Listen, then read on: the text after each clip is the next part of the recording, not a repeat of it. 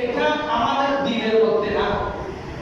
আফসোস, এটা আমাদের কিসের মধ্যে না? দিনের মধ্যে না। দিনের মধ্যে না। তখন ভূমিকম্প হলো, এক সময় বেঁচে গেল। মুসলমানরা যারা জানে তারা আযান দিচ্ছে, তারা কি দিচ্ছে? আযান দিচ্ছে। মুসলমানদের দেখায় দেখায় হিন্দু আযান দিচ্ছে, আল্লাহু আকবার আল্লাহু আকবার আযান দিচ্ছে। তারা কিন্তু ইসলাম মানে না, তারা কিন্তু কি মানে না? ইসলাম মানে না। ইসলাম মানে না। কিন্তু মহল্লার আশপাশে যারা বসবাস করেছে তারা জানে হুজুরের কাছে আসে হিন্দুর ছেলে ও বৌদ্ধর ছেলে, খ্রিস্টানের ছেলে, হুজুর একটু আমার ছেলে একটু সার করতে, সুবহানাল্লাহ সুবহানাল্লাহ। তারাও মানে কোরআনের মধ্যে কি রয়েছে? শিফা। শিফা রয়েছে। কোরআনের মধ্যে কি রয়েছে? শিফা। শিফা রয়েছে। কোরআনের মধ্যে জান্নাত রয়েছে। কোরআনের মধ্যে সুন্দর জীবন ব্যবস্থা রয়েছে। তারা তার পৈতৃক ধর্ম ছাড়তে পারে না। আর আমরা পূর্বের আমাদের পূর্বপুরুষের ধর্ম যে নীতি নৈতিকতার আদর্শ ওগুলো ছেড়ে দিয়ে আমাদের নীতি নৈতিক আদর্শ, আমাদের কর্মকাণ্ড তাদের সাথে এখন সামঞ্জস্য হচ্ছে। সেও নামাজ পড়ে না মুসলিম, আমি মুসলমান, আমিও নামাজ পড়ি না। তার মধ্যে আমার মধ্যে আর কোনো তফাৎ পার্থক্য আছে? নাই। সে মঙ্গল অমঙ্গল তালাশ করে, আমিও মঙ্গল অমঙ্গল তালাশ করি। যদি বলো ঠিক কিনা? মঙ্গল অমঙ্গল সেও তালাশ করে, আমিও তালাশ করি। আমার মধ্যে ঈমান নাই। ভালো এবং মন্দ আল্লাহর পক্ষ থেকে হবে, ভালো এবং মন্দ আল্লাহর পক্ষ থেকে হবে। তাহলে বলতে চাই না আমরা যা কিছু বিপদ আপদ বালা মুসিবত আমাদের উপর পতিত হয় ওগুলো কিসের কারণে? আমাদের হাতের কামাই। আমি আপনাদের সামনে আরো একটা আয়াত তেলাওয়াত করেছিলাম সূরা হাদীদের। বিসমিল্লাহির রহমানির রহিম। মা আসাবাকা মিন মুসিবাতিন ফিল আরদি, আমাদের উপর যে সকল বালা মুসিবত জমিনের মধ্যে আসবে, ওয়ালা ইয়ানজুরু আমাদের মধ্যে ওয়ালা ইয়ানজুরু ইল্লা ফি কিতাবিন মিন ক্বাবলি, পূর্বে সেগুলো আল্লাহ লাওহে মাহফুজে লিপিবদ্ধ করে রেখেছেন। পূর্বে এগুলো লিপিবদ্ধ করে রেখেছেন। আমরা কি কান্না করবা? পূর্বে সেগুলো আল্লাহ তাআলা লিপিবদ্ধ করে রেখেছেন।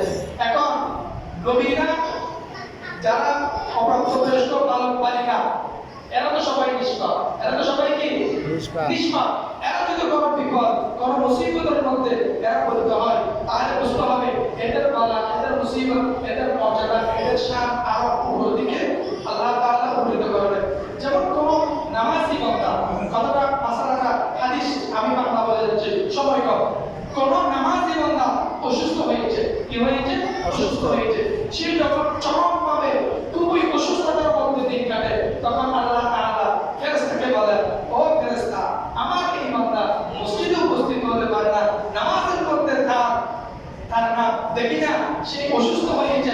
সেই সুস্থতা অবস্থায় যত বেশি সবচেয়ে দিনে আমল করতো ওই মুহূর্তটা তার আমলের মধ্যে লিখে দাও। সুবহানাল্লাহ। সে যদি অসুখ থেকে সুস্থ হয়ে আবারও সে ফিরে আসে তাহলে সেই অসুখ থেকে একেবারে মাসুম হয়ে আমার বান্দা হয়ে ফিরে আসবে। সুবহানাল্লাহ। আর সে যদি অসুখের পর ইন্তেকাল হয়, কি হয়? ইন্তেকাল হয়, তাহলে সে নিষ্পাপ হয়ে কবরে যাবে। সুবহানাল্লাহ। তাহলে আল্লাহর নেক বান্দারা যদি অসুস্থ হয় এর মধ্যে কোন একটা বড় ধরনের কল্যাণ রয়েছে, সেটা আমাদের কি হবে? মানতে হবে। আমাদের সমাজে আমাদের আত্মীয়স্বজন, আমাদের প্রতিবেশী কোন ব্যক্তি যদি অসুস্থ হয়ে যায়, কোন ব্যক্তি যদি অসুস্থ হয়ে যায়, গোপনে তাকে দেখতে যাবেন, তাকে ভিতরে ভিতরে হাতে মুঠোয় হাত দিয়ে দিবেন। তাকে কি দিবেন? সে যদি অতিরিক্ত দই না হয় তাকে হাতে দিবেন। আপনি তাকে হাতে করার জন্য, অসুস্থ ব্যক্তির খেদমত করার জন্য আপনি ঘর থেকে বের হয়েছেন। খোদার কসম হাদিসের মধ্যে ভাবে লিখেছেন রহমতের ফেরেশতা আপনাকে স্পেশাল রহমতের ছায়া দিয়ে রয়েছেন। সুবহানাল্লাহ। কি জন্য? কি জন্য? আপনি শুধু অসুস্থ ব্যক্তির খেদমতের জন্য, অসুস্থ ব্যক্তিকে সাহায্য করার জন্য আপনার ঘর থেকে বের হয়েছেন। আপনি অসুস্থ ব্যক্তির খেদমতের জন্য, অসুস্থ ব্যক্তির সহযোগিতার জন্য তার ঘরে প্রবেশ করেছেন। রহমতের ফেরেশতা আল্লাহর কাছে ফরিয়াদ করতে থাকে, আল্লাহ আপনাকে যেন সমস্ত নাপাকি আপনার কাছ থেকে দূর করে দিয়ে আপনার নামটা যেন জান্নাতি দপ্তরে লিপিবদ্ধ করে। সুবহানাল্লাহ। কি করলে? কি করলে? অসুস্থ ব্যক্তির কাছে গেলে, অসুস্থ ব্যক্তির খেদমত করলে, অসুস্থ ব্যক্তিকে সাহায্য সহযোগিতা করলে। এখন তো অনেক মানুষ আছে অসুস্থ ব্যক্তি, অনেক সম্পদের মালিক, তার প্রতিবেশী, সে জানে তার অনেক টাকা খরচ, অনেক বড় তার রোগ হয়ে যায়, সে কিন্তু সাহায্য করে না। সে কি করে না? সহযোগিতা করে না। সাহায্য করে না, তাহলে মনে রাখবেন আপনি যতই আমল করেন আল্লাহ আপনাকে সম্পদ দিয়েছেন। আপনার পৃথিবীর সবচেয়ে বড় বড় বাচ্চারা যারা পৃথিবী শাসন করেছে তারা আপনার চেয়েও আর অনেক অনেক অনেক সম্পদের মালিক ছিল। যেমন সুলাইমান নবী এমন সম্পদ দিল, স্বপ্নের ইজাজা স্বপ্নের ইটের উপর গরু ছাগল প্রস্তাব করত। এতগুলো সম্পদ সুলাইমান নবীকে আল্লাহ তাআলা দান করেছেন। সুবহানাল্লাহ বলবেন। সমস্ত সৃষ্টিকে শুধু ফিকরা নয়, সমস্ত জিন নয়, পাখি নয়, পৃথিবীতে যতগুলো আসমানে এবং জমিনের নিচে সমুদ্রের মধ্যে যতগুলো আল্লাহ সৃষ্টি রয়েছেন, সমস্ত সৃষ্টির যিনি নেতৃত্ব দিতেন, যিনি পরিচালনা করতেন, যিনি শাসন করতেন, তিনি হচ্ছে সুলাইমান নবী। সুবহানাল্লাহ বলবেন। আর যদি বলেন সুবহানাল্লাহ, আপনার চাইতো সমস্ত পৃথিবীর বাচ্চা যিনি সুলাইমান নবী, তিনি পৃথিবীর জমিনে নাই, তিনি পৃথিবীর মায়া ত্যাগ করে পৃথিবীর সফর শেষ করে তিনি চলে গিয়েছেন। আপনি আপনার জায়গা জমি নিয়ে, আপনার ব্যাংক ব্যালেন্স নিয়ে, আপনার গাড়ি নিয়ে, আপনার বাড়ি নিয়ে আপনি কবরে যেতে পারবেন না। কবরে যেতে পারবেন না। পৃথিবীতে এমন কোনো ব্যক্তি আছে টাকা নিয়ে, ব্যাংক ব্যালেন্স নিয়ে, জায়গা জমি নিয়ে, অনেকটা সম্পদ নিয়ে কবরে গিয়েছে না। 3টা কাপড় নিয়ে গিয়েছে পুরুষ হলে, আর নারী হলে 5টি কাপড় নিয়ে গেছে। আপনার ভাই যদি অসুস্থ থাকে, আপনি তাকে নামকেও বাঁচতে, মানুষের মুখ থেকে বাঁচানোর জন্য সাহায্য সহযোগিতা করবেন না, গোপনীয়ভাবে এমন সহযোগিতা করবেন যেমন আল্লাহর আরশের মধ্যে আল্লাহর রহমতের ঢেউ আপনার বংশের উপর পড়ে যায়। সুবহানাল্লাহ। আরো জোরে বলুন সুবহানাল্লাহ। সুবহানাল্লাহ।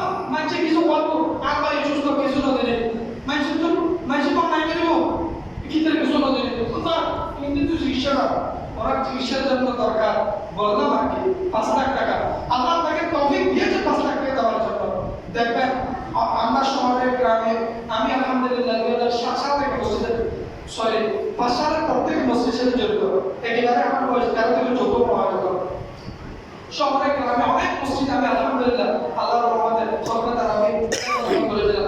এমন ব্যক্তি দেখেছি অসুস্থ ব্যক্তিকে রাজনীতি করে সময় নেয়, রাত 2টায় ওই মহল্লার বাড়িতে গিয়ে বলে অমুক তুমি আসনি, উনি হঠাৎ পিছনে দমিয়ে দরজা করে দিলেন, ভাই শুনেছি তুমি অসুস্থ, এই টাকাগুলো 3 লাখ টাকার বান্ডে ও করে দিয়ে আসলো। সুবহানাল্লাহ। ভালো মানুষ আমাদের সমাজ আছে না নাই? আছে। আওয়াজ আছে না নাই? আছে। দানবীর ব্যক্তি আমার সমাজ আছে। হ্যাঁ, সঠিক সময় সঠিক মেসেজ, সঠিক সময় সঠিক বার্তা, সঠিক সময় সঠিক তথ্য তাদের কাছে না যাওয়ার কারণে হয়তোবা একটু খেদমত করতে বিলম্ব হয়। যদি বলেন ঠিক কিনা?